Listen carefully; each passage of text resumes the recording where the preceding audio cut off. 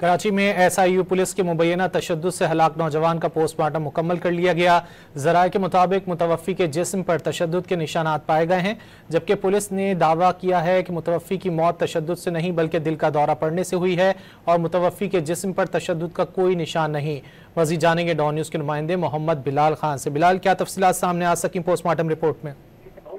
जी बिल्कुल, देखिए special investigation unit police के मुबैना तशद्दुद से नौजवान की हलाकत के मामले पर मुतवफ़्फ़ी नौजवान का पोस्टमार्टम जिन अस्पताल ने मुकम्मल कर लिया किया है, जबकि ज़राए की जानिब से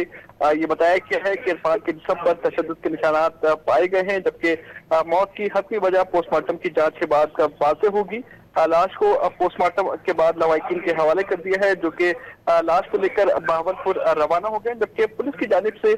ये दावा किया गया था कि मुतवफ़्फ़ी की मौत तशद्दुद से नहीं दिल का दौरा पड़ने से हुई है। तशद्दुद न करने का SSP SIU की जानिब से दावा किया गया था, लेकिन जब पोस्टमार्टम मुकम्मल हुआ है तो ज़राए की जानिब से ये इंकशाफ जरूर किया गया है कि जो बॉडी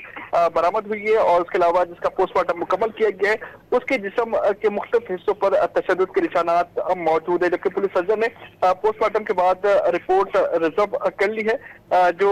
पुलिस सर्जन है उनसे हमारी बात है, उनकी जानिब से कहा गया है कि जो रिपोर्ट है वो रिजर्व की गई है और मुकम्मल तौर पर हत्ती जो रिपोर्ट है वो जल्द सामने आएगी और उसमें तमाम तर जो कॉल्स हैं वो भी सामने आ जाएंगे। जी बहुत शुक्रिया मोहम्मद बिलाल खान इन तफसीलात के लिए।